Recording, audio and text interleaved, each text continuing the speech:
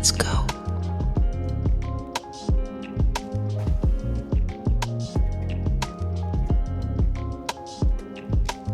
I think everyone looks forward to this utopian time where whatever motivates them, drives them, freaks them out right now can be set aside, the work is done, and you can just sort of like watch the sunset over the pond.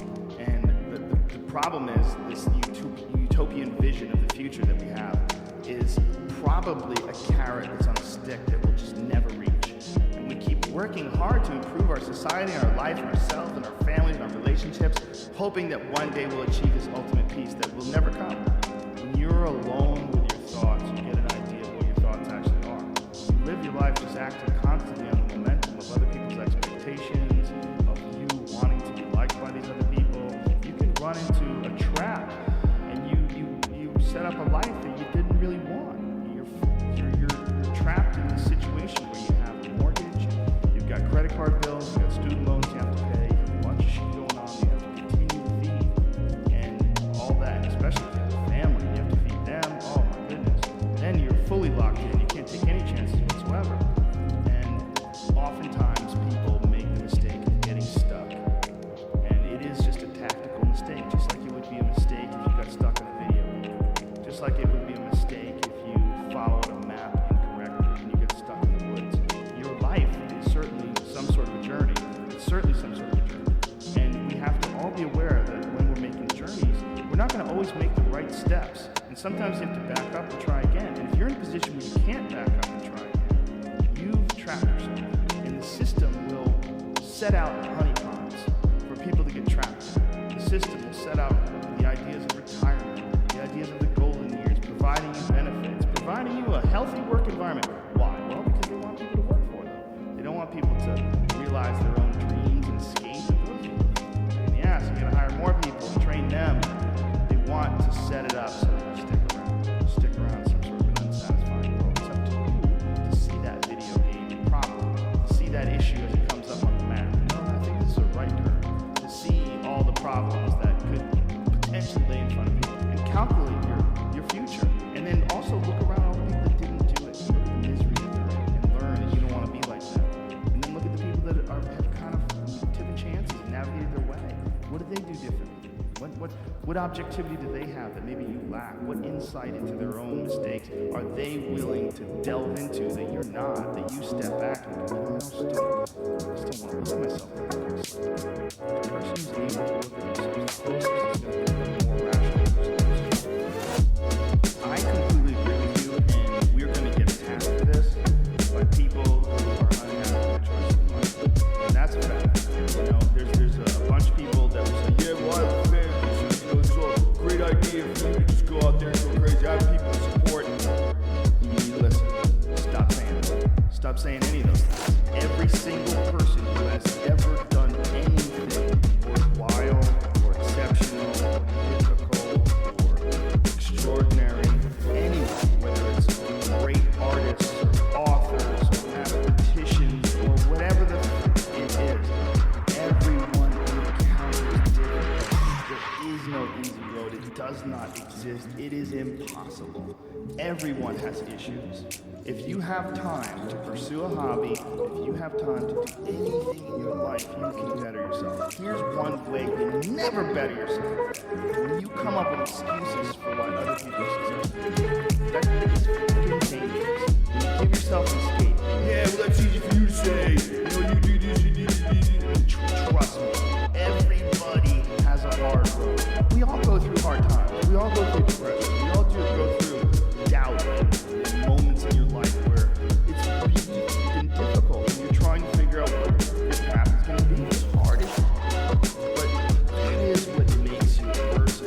And those difficult moments are what build your character.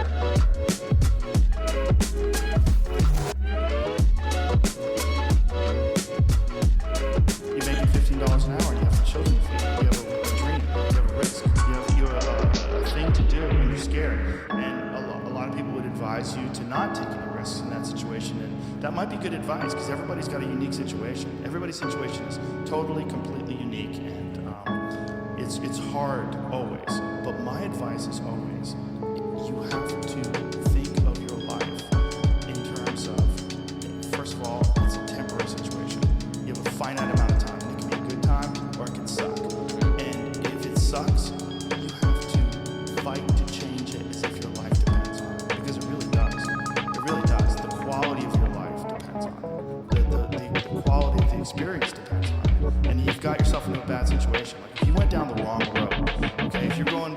have a destination to go to, and you're supposed to go left, but you fuck up and you go right.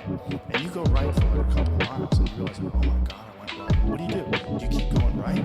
Do you stop, get out of the car and cry? No, you realize, like, oh my God, it's gonna take me hours and hours and hours to go back, and turn around, and turn back. Yeah, that's what you gotta do. You gotta get better the same way you got sick. You've been living your life, if you've been living your life with a bad diet, or with a bad mindset, or you've been living like blaming other people for your failures, you've got to recognize that those things are not serving you well, and you have to back up, and you have to go left, you have to go the right way, you have to figure out a way to get on the right path. And for a lot of people, that kind of change and that kind of alteration of these comfort patterns that people fall into is extremely difficult to do, but you've got to do it. You've got to do it. It's the only way to do it. Wondering why other people's success, wondering why other people are successful. It's a loser mentality. It's a loser occupation. It's a loser practice. Because you're wondering why other people are successful. Like, who gives a fuck? You can say you think it sucks, but to spend time wondering why someone's successful, hating on someone who's successful, it doesn't do any good. It's like, what is that old expression that jealousy is? It's a poison that does the opposite of its intended. Oh, right. It doesn't affect the other person at all, but it poisons yourself. It wastes your energy and time. And everybody's different. Everybody's similar, but everybody's different. And your attitude has a giant effect, not just on your life, but on other people's lives around you. That's the other thing about it. Those I can't catch a break guys, get them the fuck away from me. I can't be around those guys. I don't want to hear that shit. I don't want to hear that shit. I don't buy it. Because everybody has bad breaks. Yeah. I've had a ton of bad breaks. But you know what I did? I stayed up and I thought through it. And I figured out what the fuck I did wrong, and then I went back. It's like, I fucked up everything I've ever done 100 times. There's no other way to do it. And I've had a bunch of shitty breaks. Everybody has. But you gotta realize when you have those shitty breaks what that is. It's an opportunity for you to reassess, reboot, get better, figure out another way, find another way through. It's just little challenges. And the people that look at those challenges and go, why do I always have these challenges? They're cancer. Those people are dangerous to be around. They will rob you of your enthusiasm. They don't give you any fuel. They're the opposite of fuel. Like the fuel people that are kicking ass, people that are out there just fucking hustling, always getting things done. You go and get after it, you don't make any excuses. And those kind of guys are fuel. But those I can't catch a break guys, they're the opposite of fuel. They're just pissing on your fire. They're no fun. The people that surround them are all idiots. Because only idiots want to be around I can't catch a break guys. Yeah. Only the dummies stick around. After a while, even if they're your good friend, you gotta be like, bro, you gotta fucking stop. You gotta stop those I can't catch a break bullshit. All the time you're complaining, you could be instead hustling. You could be instead chasing your dream. You could be instead figuring out what you're doing wrong, trying to improve certain aspects of your life, getting your shit together, reading a book, meditating, something.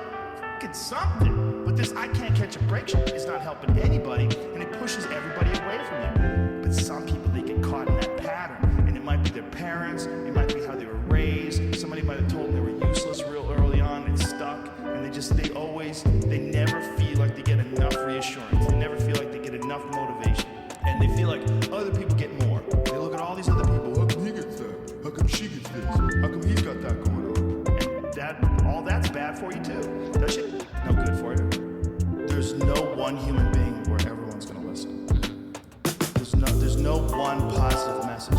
Hey, we should just love each other. Hey, we should value community and friendship, and we should take care of our bodies and be healthy. That could say anything where everyone's gonna listen. Yeah. But that is the most significant factor. The most significant factor is doing things that are positive, both for your health and for your friendships and for your community, and also like choosing a path in life that is actually rewarding and satisfying. And that's hard. It's a very difficult thing to do, and this idea that everybody starts at the same starting block is fucking total horseshit. And that is something that people who are doing well like to stick in the face of people that were dealt a really bad hand of cards. The problem with human psychology is that we do tend to concentrate on negative things. It's not healthy for anybody. And the more time you can concentrate on yourself and people you care about, and friendships, and love, and community, and your actual interests, real interests. You should have hobbies, you have things you're curious about. The more you take care of your own bullshit, the less you're gonna worry about other people's bullshit. And the more you can enjoy things that you're actually interested in, as opposed to spending time cultivating negativity, which is so intoxicating. It's so easy for people to get caught up in this artificial drama.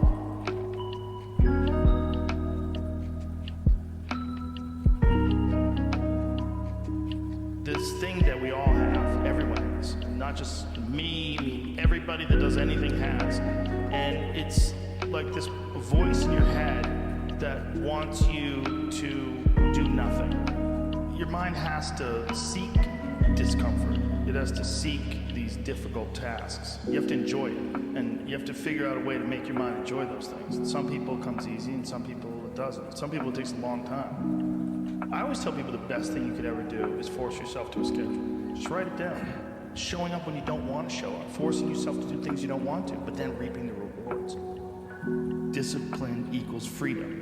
And it's true, because he's able to force himself to do that every single time. There's no excuses, there's no breaks, there's no days off. It doesn't happen. So because of that, you're not scared. You know that you can keep doing it. You know that you can continue to perform. There's a lot of people that are scared of their ability to do something that's difficult.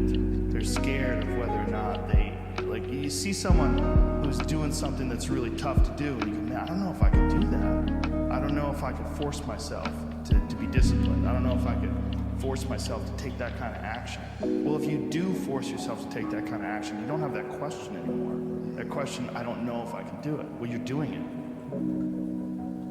Most people, their associations are to avoid anything that's uncomfortable. But it's so illogical, because when you look at comfort and you look at success and progress and the feelings of accomplishment and of getting past certain hurdles in terms of how you feel about life, a lot of those are connected to discomfort. Discomfort is your friend.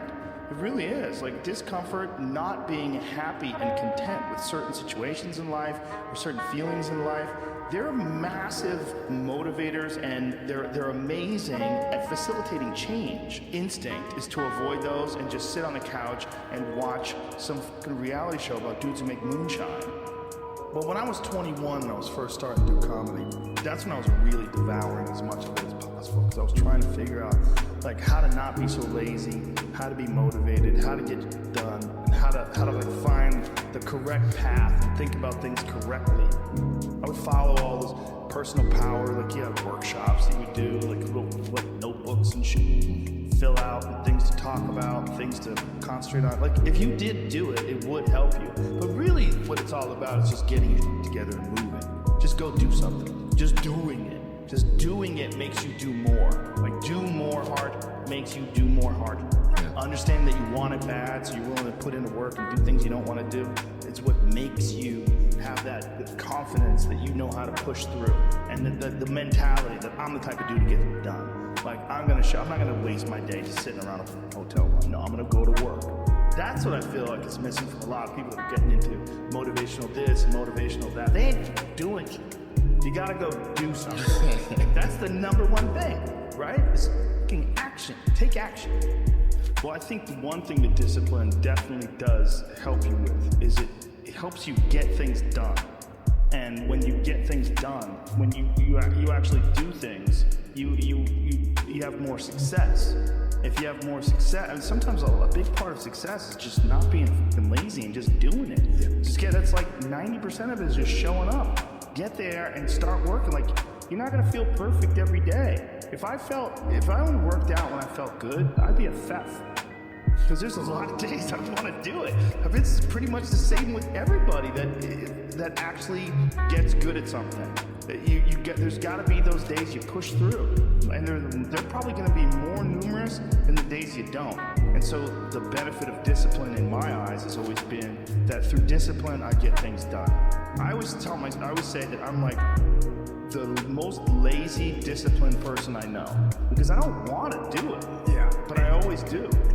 And then you have to sit down, you have to overcome resistance, and that the pro goes to work. And it doesn't matter if you're sick, it doesn't matter if you have kids, it doesn't matter what, you're a pro and you go to work. And that just, it puts it in your head that this is what I do.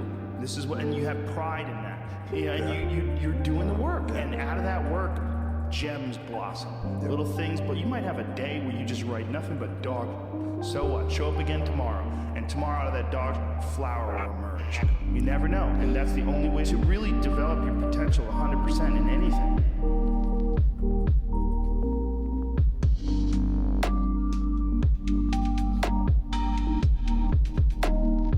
One of the worst decisions a man can make, I can only speak for men, obviously, is to be comfortable.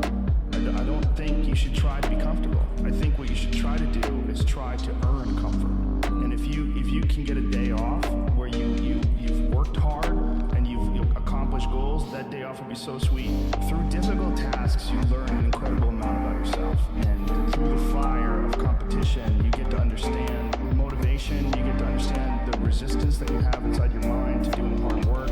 You get to understand the rewards of discipline. Like, you don't truly appreciate relaxation unless you've worked hard. And that is the yin and the yang of life. Understanding that you can achieve those goals, it's going to be difficult, you're going to push through the difficulty, and then you're going to understand what difficulty truly is, and how much of it is just mental, how much of it is just in your mind, this adversity to difficult tasks or a struggle. You know, a lot of people have that. They're scared of complications, they're scared of failure. Failure is a big one that people are afraid of. But failure is one of the most important things you could ever have.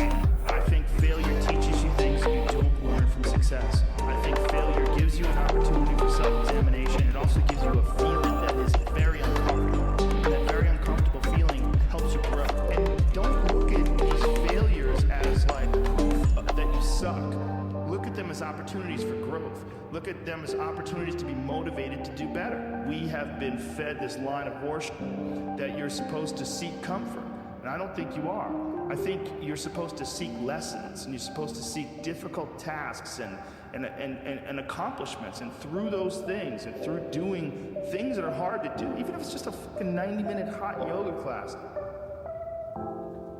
What I tell people is the best advice that I've ever heard, the best advice I ever came up with, is that live your life like you're the hero in your movie. And right now is when the movie starts, and your life is a big bag disaster, like every fucking Arnold Schwarzenegger movie where he wakes up and makes a blender full of pizza and ice cream, and that's what you know what I mean? Those guys where they're like on the brink, they put the gun in their mouth and they put it down because you see a photo of their daughter.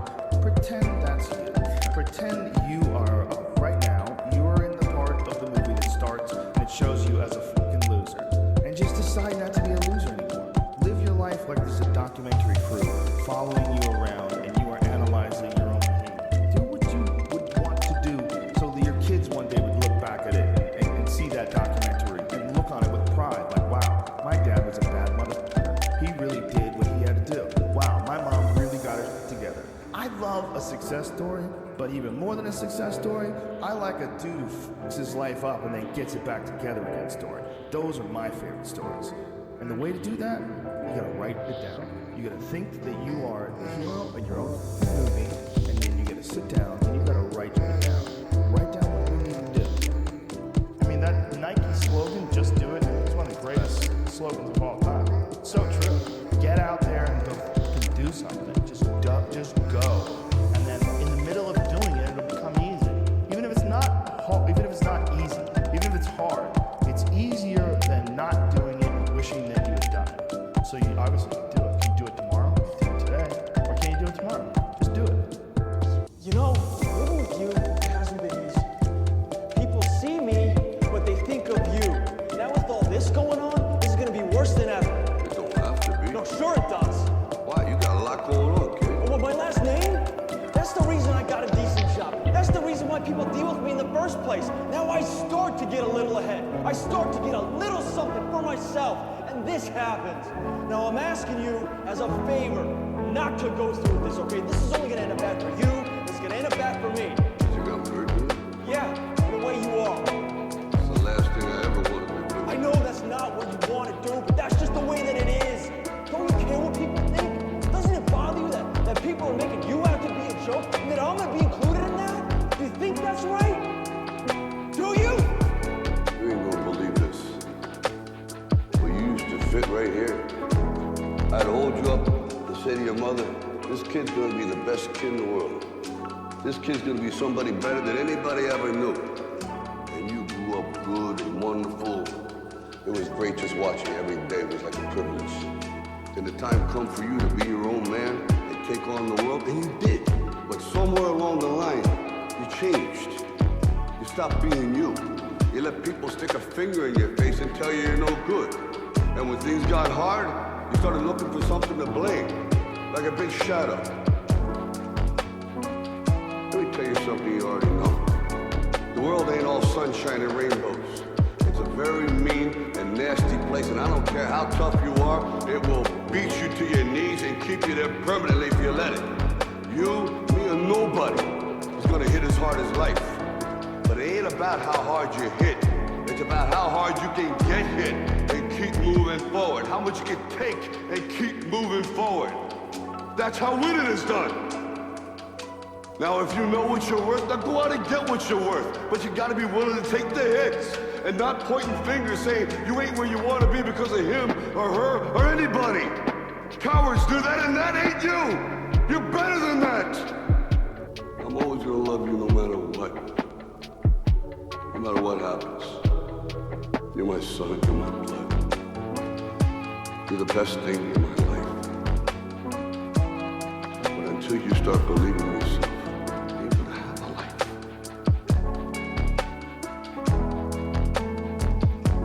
Don't forget to visit your mother. I don't know what to say, really. 3 minutes to the biggest battle of our professional lives. All comes down to today. Either we heal as a team, or we're gonna crumble. Inch by inch, play by play, till we're finished. We're in hell right now, gentlemen. Believe me. And we can stay here, get the shit kicked out of us, or we can fight our way back into the light. We can climb out of hell. 1 inch at a time. Now, I can't do it for you. I'm too old. I look around, I see these young faces, and I think, I made every wrong choice a middle-aged man can make. I pissed away all my money, believe it or not. I chased off anyone who's ever loved me. And lately, I can't even stand the face I see in the mirror. You know, when you get old in life, things get taken from you. I mean, that's part of life. But you only learn that when you start losing stuff. You find out life's this game of inches. So is football. Because in either game, life or football, the margin for error is so small. I mean, 1/2 a step too late or too early, and you don't quite make it. 1/2 second too slow, too fast, you don't quite catch it. The inches we need are everywhere around us. They're in every break of the game, every minute, every second. On this team, we fight for that inch. On this team, we tear ourselves and everyone else around us to pieces for that inch. We claw with our fingernails for that inch. Because we know when we add up all those inches, that's gonna make the fucking difference between winning and losing. Between living and dying. I'll tell you this, in any fight, it's the guy who's willing to die who's gonna win that inch. All good sessions come to an end. Thank you for working together. If you haven't already, please take a minute to download my app called FloatNote. It's a productivity app I created with tools I don't think you've ever seen before. A unique ADHD approach to managing thoughts, ideas, and to-do lists. Let me know what you think. See you next time. Stay focused, stay turbo. And I know if I'm gonna have any life, it's because I'm still willing to fight and die for that itch. Because that's what living is. The 6 inches in front of your face. Now I can't make you do it. You gotta look at the guy next to you. Look into his eyes. Now I think you're gonna see a guy who will go that inch. You're gonna see a guy who will sacrifice himself for this team because he knows when it comes down to it, you're gonna do the same for him. That's a team, gentlemen. And either we heal now as a team, or we will die as individuals. That's football, guys. That's all it is. Now, what are you gonna do?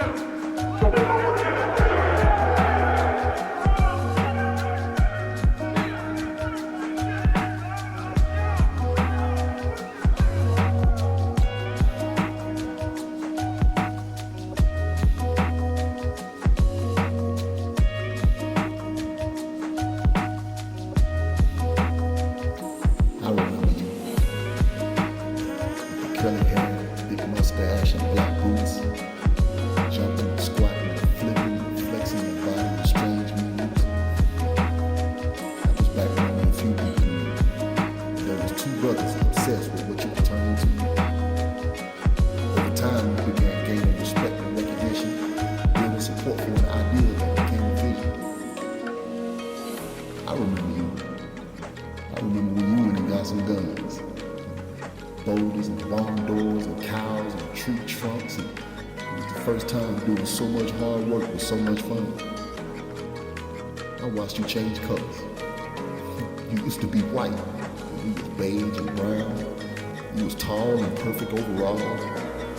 Sometimes you was short, and that made it easier for you to get down on the ground. But I remember you. Some people say you were so ugly. Some people say you were so beautiful. You made young people feel older. You made old people feel youthful. I remember when you made flexes and muscle machines and sugar shawns. And just when I thought you couldn't get no bigger, you made a big ass shot and a big run. You had Arnold and you had Lee. When you were introduced to me, I was just a little badass boy from the hood that wasn't supposed to be nothing. You gave me something to want to be. You had Francois and Paris, that's what I wanted to be. But I was just this little badass boy from the hood that wasn't supposed to be nothing. You gave me something to want to be. I loved you before I even knew you was nothing. Now that I know all about you, I love you and I hate you at the same time. You give me life, but you kill me at the same time. You build me up, but you break me down at the same time. I remember the day that you first recognized me. I hope that you will remember the 80s when you see me. I try to give you my best, but it's never enough. I only wanted to celebrate you, but no matter what I do, I was never fucking good enough. Damn, it felt impossible for me to satisfy you.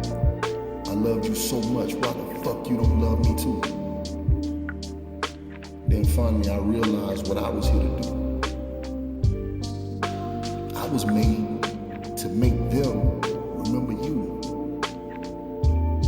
My whole purpose for being here is for them to remember you.